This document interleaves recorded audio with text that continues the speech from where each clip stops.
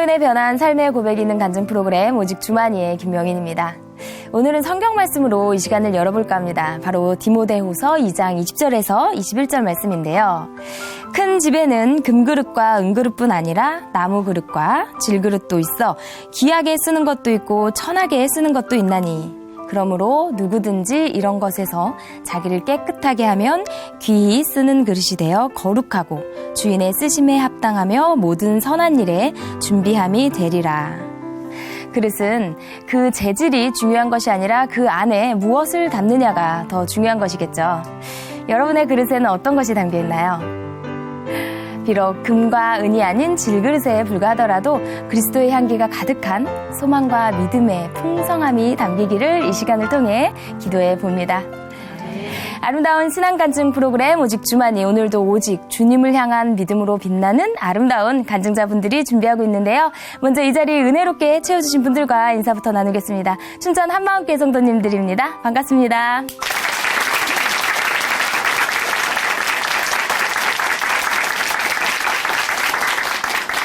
네, 오늘 첫 번째 출연자 만나보겠습니다.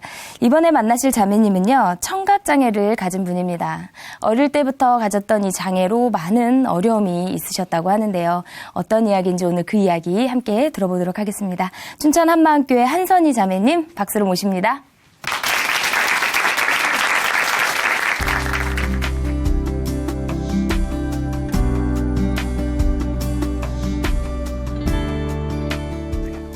안녕하세요.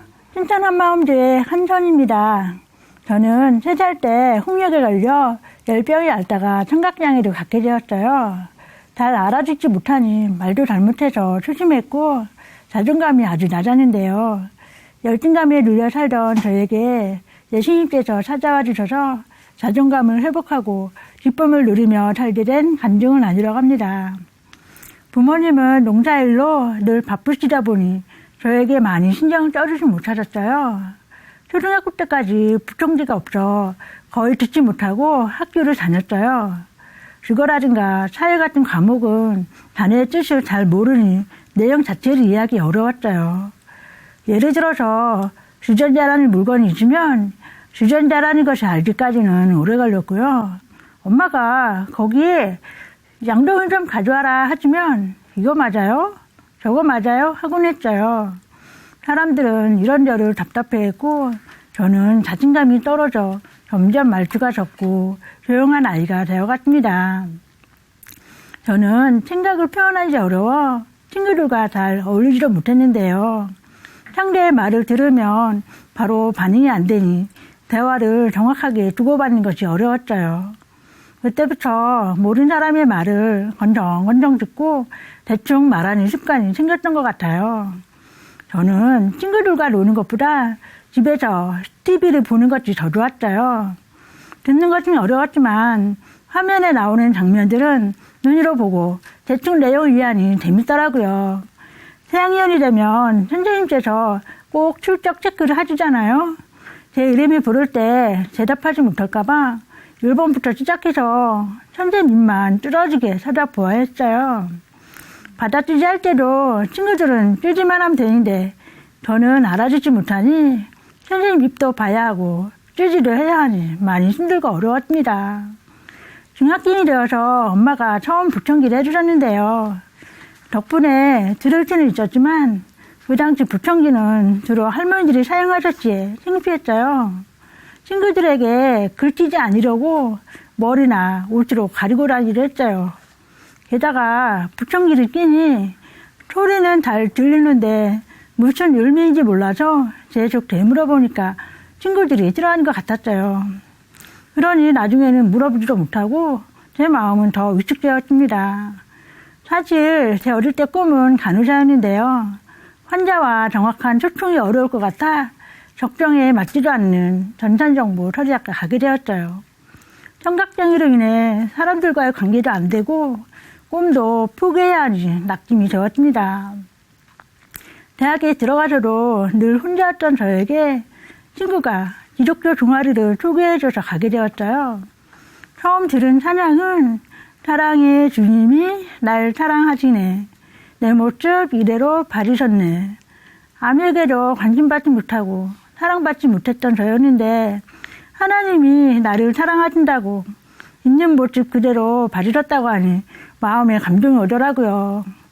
그리고 내가 하나님의 형상대로 지은 바 되었고 나를 위해 천지 만물을 만드셨다는 것에 감탄하기로 했습니다. 예수님이 저희 죄를 위해 십자가에 못 박혀 죽으셨으니 저도 예수님처럼 모든 것도 참고 견디며 기쁘게 살려고 노력했어요. 하지만 아무리 노력을 해도 현실은 만만치 않았어요. 친구들은 끼리끼리 어울려 다니는데 저는 어느 무대로 뛰지 못했거든요. 영화를 보는 것도 쇼핑을 하는 것도 어디서 무엇을 하든지 저는 늘 혼자였어요. 의지스침해진 저는 집 밖에도 나가지 않았고 그런 저를 답답해하시던 엄마가 너보다 더 심한 사람들도 잘 살아가는데 너는 왜 그러니? 하셨습니다. 그러나 저는 어떤 말도 마음으로 듣지 못했어요. 너무 힘들어서 수학계를 내려고 했다는데 결단하지 못했어요. 졸업 후 직장에도 다녔지만 워낙 소극적이니 어느 누구와도 만남을 이어가지 못했습니다. 그러던 중에 동네 아주머니의 중매로 지금의 남편과 결혼했는데요. 소통이 잘 안 되는 것은 저런 수혜로 마찬가지였어요. 남편은 반응이 느린 저를 답답해했어요. 어느 날은 딸아이와 통화하고 있는데 갑자기 뒤에서 남편이 뭐를 잡았다는 거예요. 전화를 끊고 잡았죠? 뭘 잡았는데 하니 버럭 화를 내며 계란을 삶았다니까 하더라고요. 저는 삶았다고? 나는 잡았다는 줄 알았지. 하루는 남편이 TV를 보다 말고 리모컨을 갖고 오라고 하는 거예요. 저는 레미콘으로 듣고 왜 레미콘? 했더니 아니 레미콘이 아니고 리모컨 달라고 하더라고요. 우리의 부부 대화는 이런 식이었습니다. 저는 아이가 셋인데요. 아이들과 대화를 하다 보면 잘 알아듣지 못하겠는 거예요. 그래서 뭐라고 했니? 연거푸 물었고 아이들이 짜증을 내며 답답해 하더라고요. 저는 오히려 답답해하는 아이들에게 엄마가 너희들에게 물어보면 10번이든 100번이든 말해줘야 하는 거 아니야? 하며 혼을 내줬어요. 큰아이가 학교 임원을 하게 돼서 엄마들 모임에 나가게 되었는데요. 엄마들이 저를 어떻게 생각할까 하는 마음에 말 한마디도 못하고 밥만 먹고 왔어요. 남편이 있어도 아이가 있어도 그 누구와도 관계가 되지 않다 보니 늘 마음이 외로웠습니다. 그러다가 친정 식구들이 다니는 한마음교회에 가게 되었는데요. 마음이 힘들어서인지 찬양을 부르는데 꼭 편안한 엄마 품에 안기는 것 같았어요. 그날은 말씀도 은혜가 되더라고요. 점심 식사 후 3, 4, 5 모여 목사님의 설교 말씀으로 기쁘게 주제를 하는데 저도 그 자리에 함께 앉아서 듣게 되었어요. 마치 예수님이 말씀을 선포하실 때 그 무리에 제가 앉아있는 것 같았어요. 어느 무리에로 뛰지 못했던 저였는데 어느새 자연스럽게 함께하고 있더라고요. 놀라웠어요. 저는 말씀을 더 알고 싶어 부활 책자를 읽고 또 읽었습니다. 거기에는 보이지 않는 하나님을 어떻게 믿는가라는 질문이 있었고 예수님이 누구신지에 대해 기록되어 있었어요. 저는 교회를 다니고 있었지만 예수 믿으면 천국에 간다고만 알고 있었지 예수님이 누구신지는 관심조차 없었는데요. 요한복음 말씀이 떠올랐어요. 나는 길이요 진리요 생명이니 나로 말미암지 않고는 아버지께로 올 자가 없느니라. 예수님을 통하지 않고는 아버지께로 결국 천국에 들어갈 수 없다는 말씀이었어요. 표정이 눈을 뜨고 안진뱅이가 일어나고 제 쥐가 고침을 받는다고 해도 예수님이 아니고는 천국에 들어갈 수 없는 거더라고요. 예수님은 기적을 통해 믿는 것이 아니고 모든 사람이 믿을 만한 증거인 부활을 보고 믿는 것이었어요. 예수님도 연하의 표적밖에는 없다고 하셨고 제자들도 부활하신 예수님을 만난 후에야 성경과 예수의 하신 말씀을 믿었더라고요. 거북선을 만든 이순신 장군, 한글을 만든 세종대왕 하면 역사에 기록되어 있어서 우리가 믿을 수 있는 것처럼 예수님도 실존 인물이고 부활도 역사적 사실이었습니다. 그리고 예수님의 부활은 성경대로 이루어진 것이었어요. 성경대로 죽으시고 성경대로 부활하신 분은 예수님 뿐이셨어요.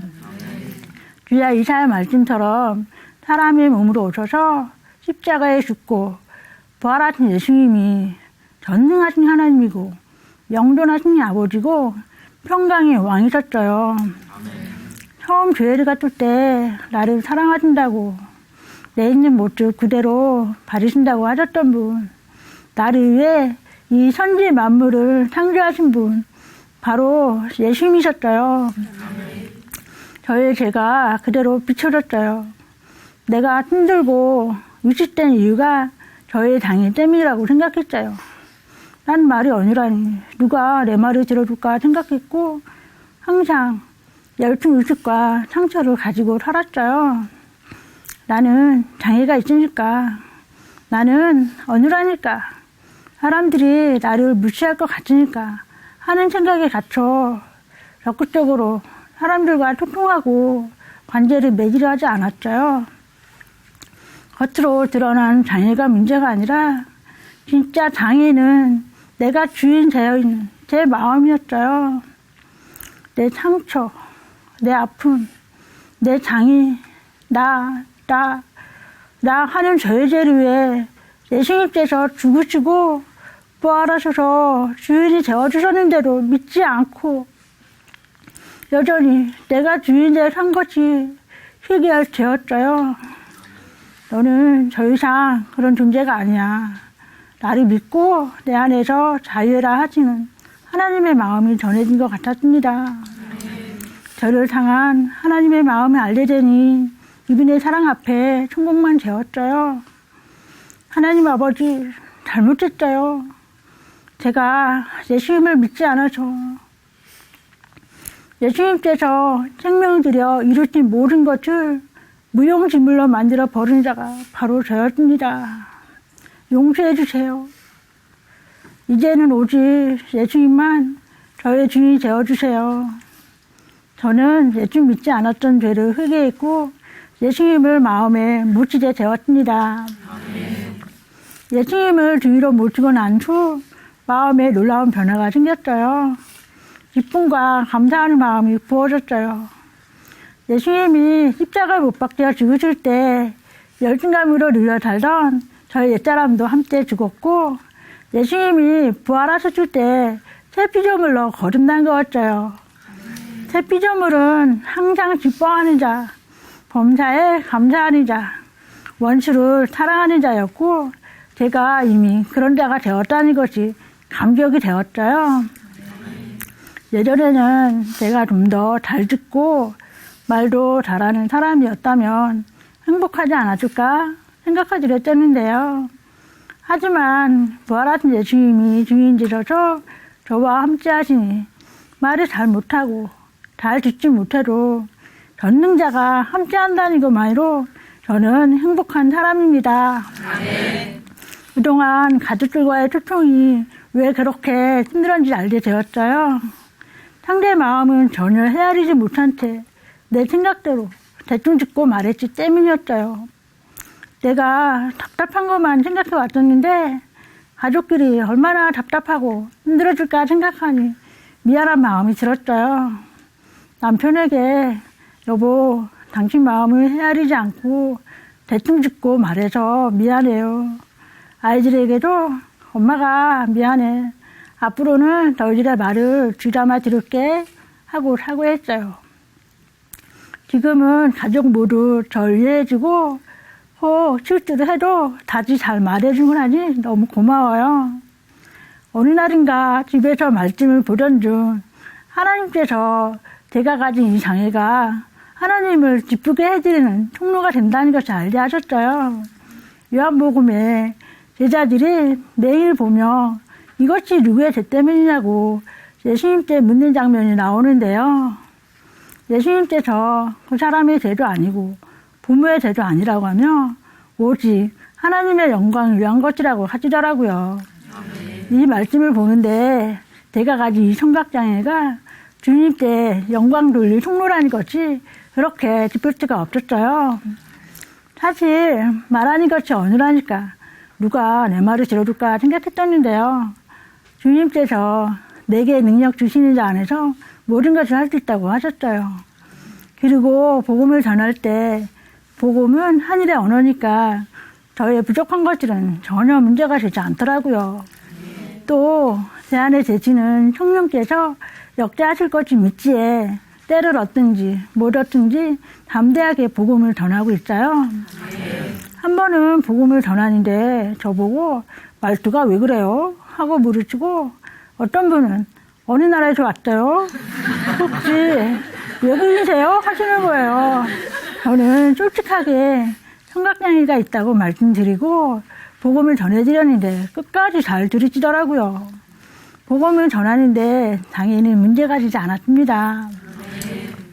산에 갔다가 내려온 길에 운동하고 계신 할머니께 복음을 전해드린 적도 있는데요. 복음을 다 들은 할머니께서는 가족 중에 나만 믿지 않고 있었는데 이렇게 확실한 증거로 믿을 수 있게 해줘서 고마워라고 하시며 예수님을 영접하셨습니다. 또 어느 날은 아랫집 아저씨가 교통사고로 한쪽 다리를 다치셔서 수술하게 되었어요. 병원에 입원해 계신 아저씨에게 재적 사자가 부활의 예수님을 전해드렸더니 예수님을 믿게 되었어요. 얼마 후에 아름답도다 좋은 소식을 전하는 자들의 발이여라고 제게 문자를 보내주셨는데요.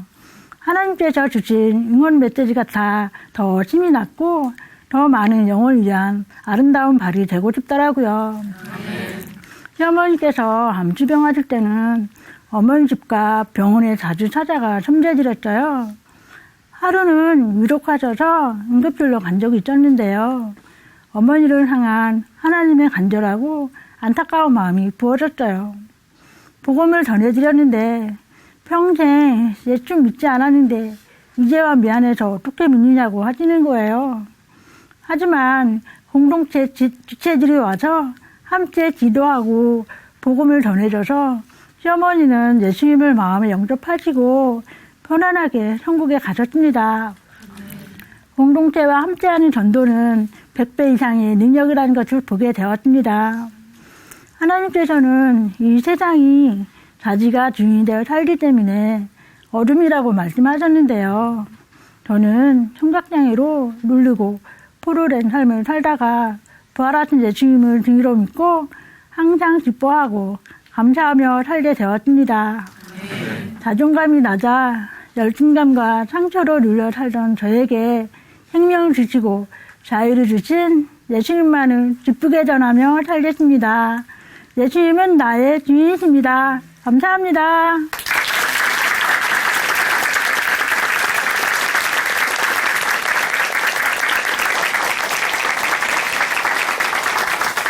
네, 간증 감사합니다. 진짜 장애는 부활하신 예수님을 만나지 못하고 내가 주인되어 살았던 삶이라는 자매님의 고백이 가슴에 남습니다. 네, 오히려 장애가 하나님께 영광을 돌리는 통로라고 말씀하신 자매님, 자매님의 고백 앞에서 참 부끄러워지는 시간이었던 것 같은데요.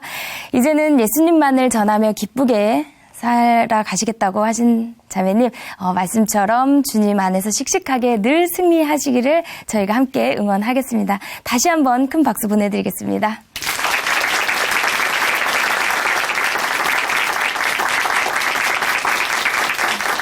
아름다운 믿음의 고백으로 하나님의 은혜를 나누는 오직 주만이 오늘 두 번째 출연자 만나보겠습니다. 이제 만나실 자매님은요. 만사가 귀찮았던 요즘 흔히 말하는 이 귀차니즘의 실천자쯤으로 표현할 수 있다고 하시는데요. 숟가락 젓가락 뜨는 것이 귀찮아서 밥을 먹지도 않았다고 하는데 어떤 분일지 궁금합니다. 지금 바로 모셔보도록 하겠습니다. 춘천한마음교회 이하은 자매님 박수로 모십니다.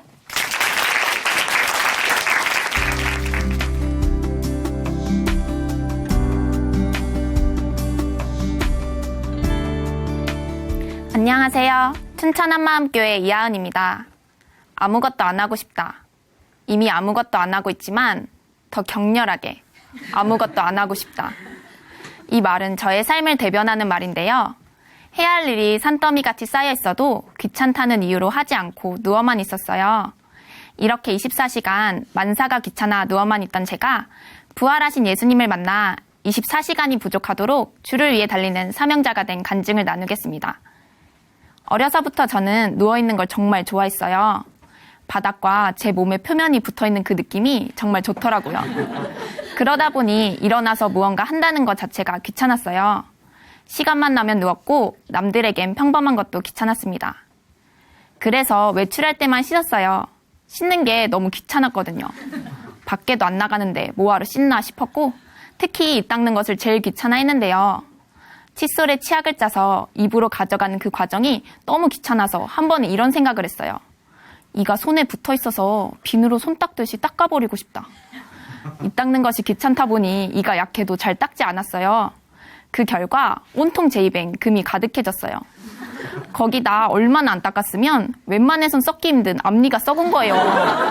앞니에 금을 씌울 수 없으니 가짜 일을 해야 했습니다. 이런 저의 일을 치료해 주실 때면 의사 선생님께서는 깊은 한숨을 쉬었습니다. 하지만 이건 시작에 불과했어요. 제가 보기에는 말랐는데 너는 이렇게 많이 먹는데 살이 다 어디로 가냐? 라는 말을 들을 정도로 많이 먹어요. 그런데 제가 살이 찔 수 없는 이유는 따로 있었어요. 집에 있으면 밥을 안 먹었거든요. 밥 먹을 시간이 돼도 냉장고에서 반찬을 꺼내고 국을 다시 끓이고 밥을 푸는 것은 제겐 너무 힘든 일이었어요. 심지어 상에 밥이 다 차려져 있어도 밥그릇과 숟가락을 꺼내는 것이 너무 귀찮았어요. 그래서 누군가 제 앞에 밥을 차려주지 않으면 하루 종일 먹지 않았고 너무 배가 고파서 죽을 것 같을 때는 물을 병째 마시며 허기를 채웠어요. 보기 싫을 정도로 살은 빠져갔지만 누워있고 싶었지 일어나 밥을 차려 먹는데 시간을 쓰고 싶지 않았어요. 이렇게 집에서도 꼼짝하지 않았는데 밖에 나간다는 것은 제게 큰 결단을 요구하는 것이었어요. 학교 가는 것도 참 귀찮았는데요. 중고등학교를 다닐 때는 지각하면 선생님께 혼나니까 등교 시간을 지켰는데 대학교에 가니까 제 세상이더라고요. 지각해도 눈치만 보이지 혼나진 않는 거예요. 보통 학생들은 수업 시간에 맞춰 출석을 하잖아요. 하지만 저는 귀찮다는 이유로 집에서 30분밖에 걸리지 않는 학교를 밥 먹듯이 지각했어요. 물론 지각하면 점수가 깎이긴 했지만 자체 실험을 통해 1분 지각하나 1시간 지각하나 똑같이 깎인다는 것을 알아버렸어요. 그래서 나중에는 끝나기 직전에 들어가 수업이 끝나면 교수님께 저 지각했는데요 했어요. 과제도 제 마음대로 실컷 누워서 쉬고 놀다가 항상 기간을 넘어 제출했어요. 이렇게 마음대로 쉬고 싶을 때 쉬고 나가고 싶을 때 나가다 보니 학교 성적은 참 한결같았어요. 아래에서요. 이 정도로 만사가 귀찮은데 사람 만나는 것은 오죽했겠어요? 친구와 약속은 신나게 잡았는데 나갈 시간이 다가오면 어김없이 귀찮은 마음이 찾아오는 거예요. 그럴 때면 몰라 하며 망설임 없이 약속을 깨버렸어요. 친구도 시간을 빼서 만나자고 한 건데 마음에 조금의 미안함도 아쉬움도 없었어요. 친구를 만나는 것보다 집에서 누워서 뒹굴뒹굴 하는 것이 더 좋았거든요. 겨우 친구랑 노는 것 때문에 밖에까지 나가야 하는 게 너무 귀찮더라고요. 그래서 나 아파. 선약이 있었네.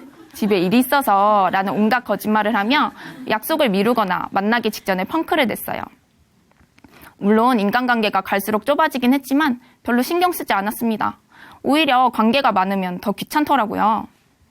동생은 이런 저를 한심하게 여기며 언니처럼 절대 안 살 거야. 어디 가서 언니 얘기를 못하겠어. 언니가 창피해. 라고 하고 아빠께서는 넌 하루 종일 자니? 하시고 엄마는 너 때문에 속 터진다 하셨는데요.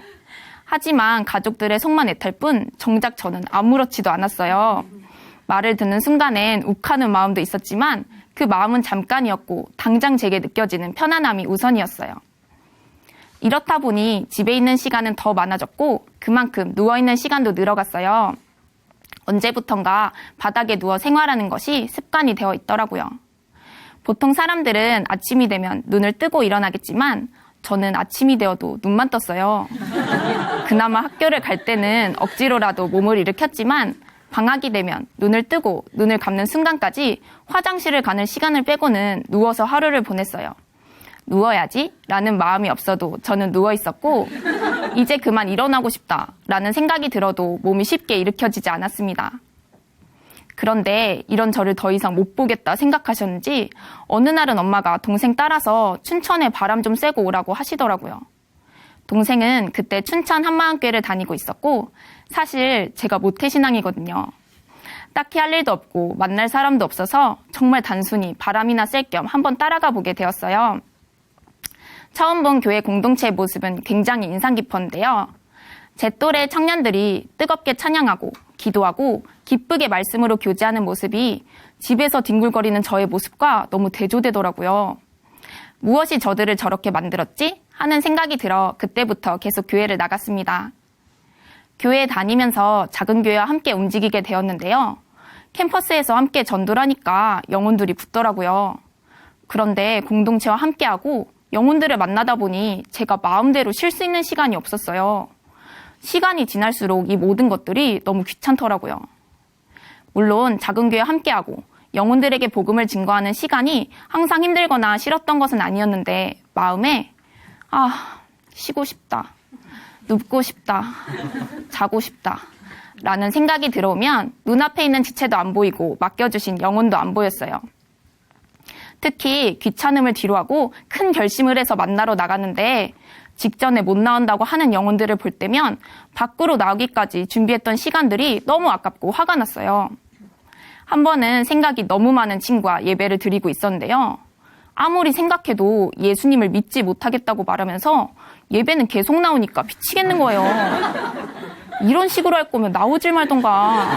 이 시간에 집에서 잠이나 잘 걸 하는 생각이 들며 집에서 하루 종일 뒹굴었던 예전의 시간들이 너무 그리워졌어요.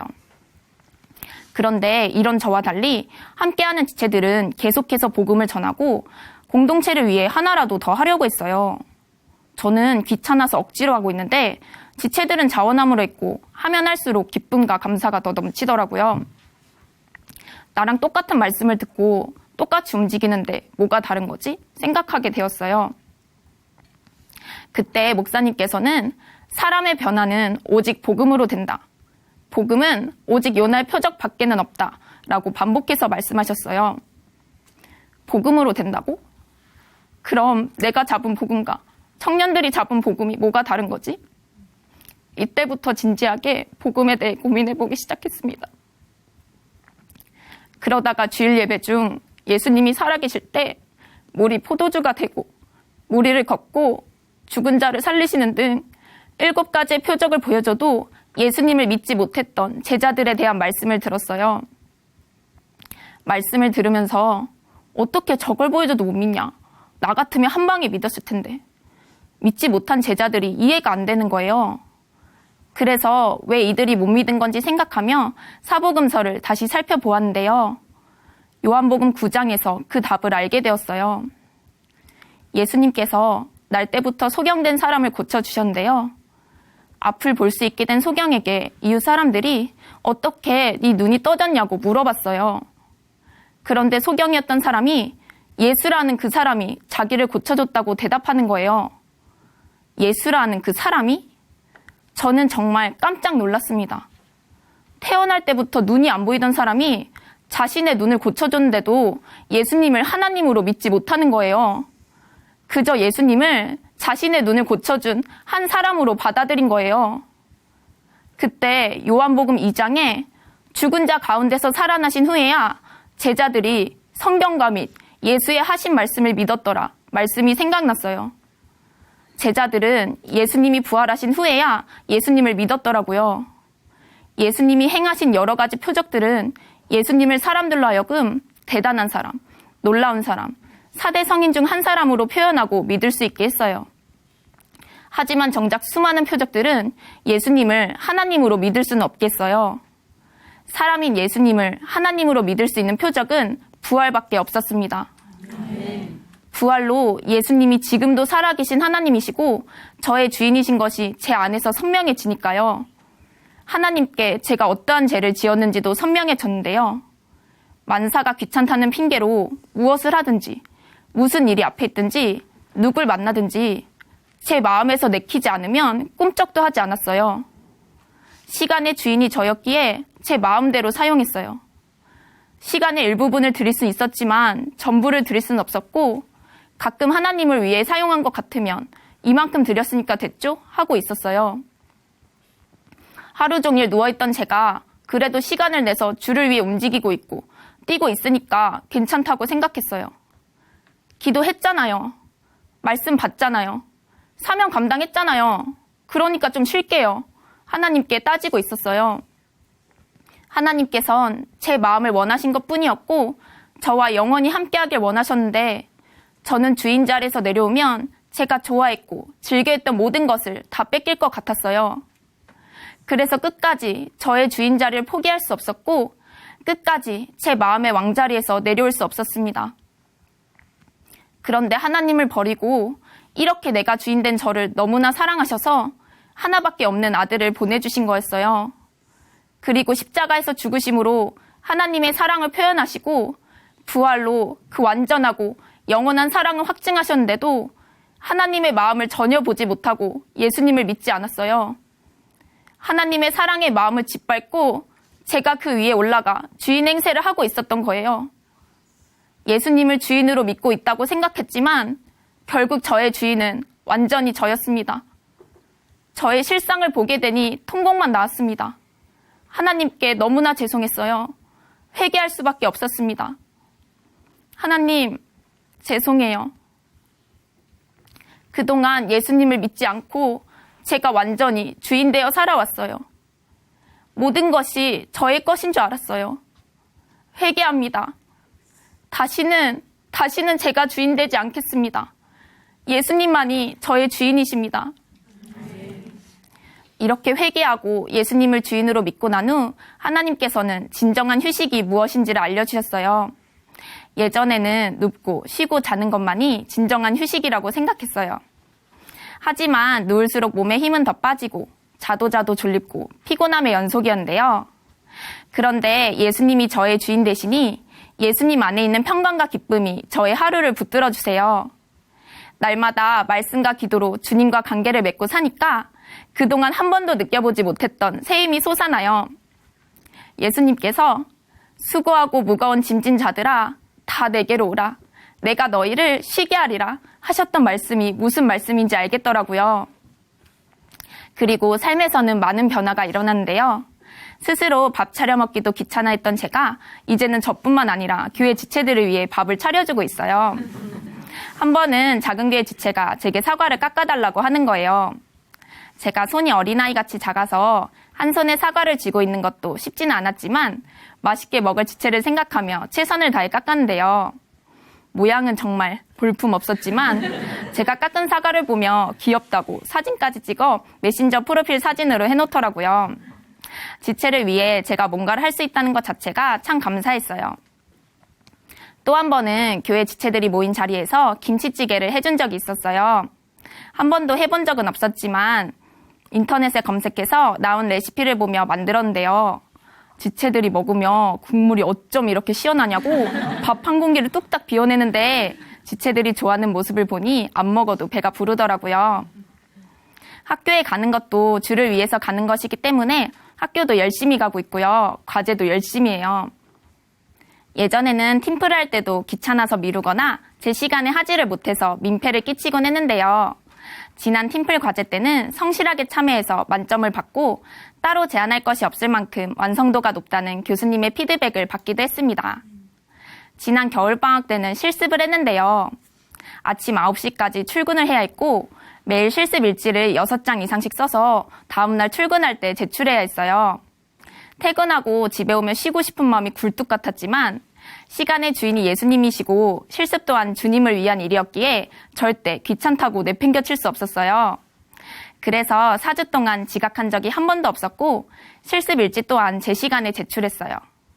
이렇게 실습한 결과 매번 발전하는 모습을 보인다고 칭찬도 많이 받고 만점에 가까운 점수를 받으며 패스를 했습니다.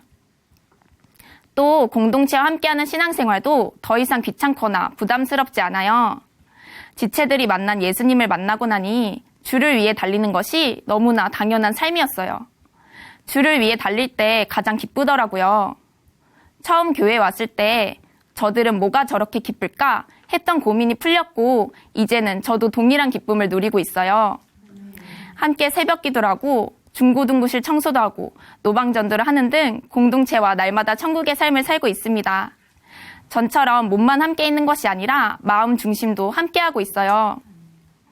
무엇보다 친구들과의 약속이 있어도 귀찮아서 집 밖에도 나가지 않던 제게 하나님께선 한 영혼이 천하보다 귀하다는 말씀을 통해 영혼에 대한 사랑을 부어주셨어요. 그러니 당장 나가 복음을 전하고 싶더라고요. 그리고 복음을 전하는 삶이 하나님 보시기에 최고의 청년의 때를 보내는 거였어요. 그런데 그동안 생각 없이 그냥 제가 만나고 싶을 때 사람을 만났고 귀찮다며 만남을 게을리했더니 만날 영혼이 별로 없더라고요. 복음을 전할 수 있는 영혼을 달라고 간절히 기도했습니다. 하나님, 제게 충성된 한 영혼을 주세요. 제가 악하고 게을러서 하나님께서 핏값으로 사신 영혼들을 귀찮아하고 마음에서 버렸었지만요. 저에게 한 번만 더 기회를 주신다면 영혼 양육을 위해 제 모든 것을 걸겠습니다. 그렇게 기도하다가 새 학기가 시작되었는데요. 제 마음과 기도를 기쁘게 받으신 하나님께서는 어마어마한 사이즈로 제 기도에 응답해 주셨어요. 저는 제발 복음을 전할 기회를 달라고 한 영혼을 허락해 달라고 기도했었는데 하나님께서는 한 영혼이 아닌 학교 전체를 제게 선물로 주셨습니다. 지금 다니고 있는 대학교에 기독교 연합 동아리를 세워주시고 그 동아리의 회장으로 저를 세우셨습니다. 그리고 다른 대학교와 고등학교에도 지속적으로 복음을 전할 수 있는 길을 열어주셨어요. 예전에는 영혼들을 만나러 간다고 해도 참 귀찮았는데요. 이제는 제가 예수님을 대신해서 복음을 전한다고 생각하니 귀찮기는커녕 너무 신나요. 학기 중에도 학교에 잘 나가지 않던 제가 방학 중에도 동아리 후배들과 교제하고 예배를 드리기 위해 학교에 나가고 복음을 듣기를 원하고 필요한 영혼이 있다면 그곳이 서울이든 지방이든 어디든지 기쁘게 가고 있습니다. 저는 지금 대학교 4학년인데요. 졸업이 얼마 남지 않았지만 예수님을 믿지 않고 헛되이 보냈던 지난 시간이 되풀이되지 않도록 복음을 들고 끝까지 달릴 것입니다. 우리 교회 새벽 기도 때 목사님께서는 항상 새날을 주셔서 감사합니다 라고 하시며 기도를 시작하시는데요. 예수님을 주인으로 믿고 나니 제게도 매일매일이 새롭고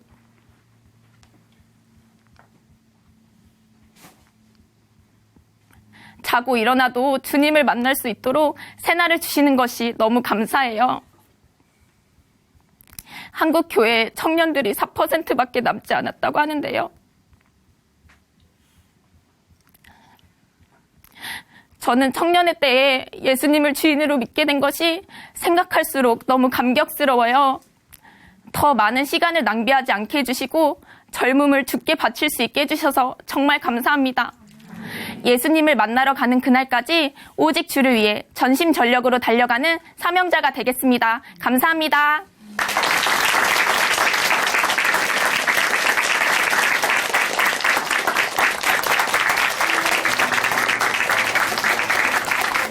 네, 간증 감사합니다. 삶의 모든 것이 귀찮았던 자매님이 부활의 주님을 만나고 그분이 주인이신 것이 선명해지면서 이제는 너무나 부지런한 새 사람이 되셨습니다. 그리고 이제는 복음을 전하는 사명을 감사함으로 이렇게 감당하고 계신데요. 앞으로도 계속 날마다 새로운 힘 불어넣어주시는 주님과 함께 자매님 기쁘고 감격된 삶 사시기를 응원하겠습니다. 다시 한번 이하은 자매님께 다시 한번 박수 보내드리겠습니다.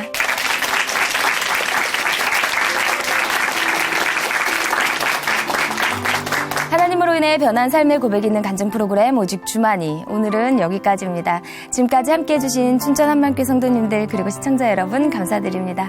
오늘도 성령님의 인도하심 가운데 승리하는 하루 보내세요. 감사합니다.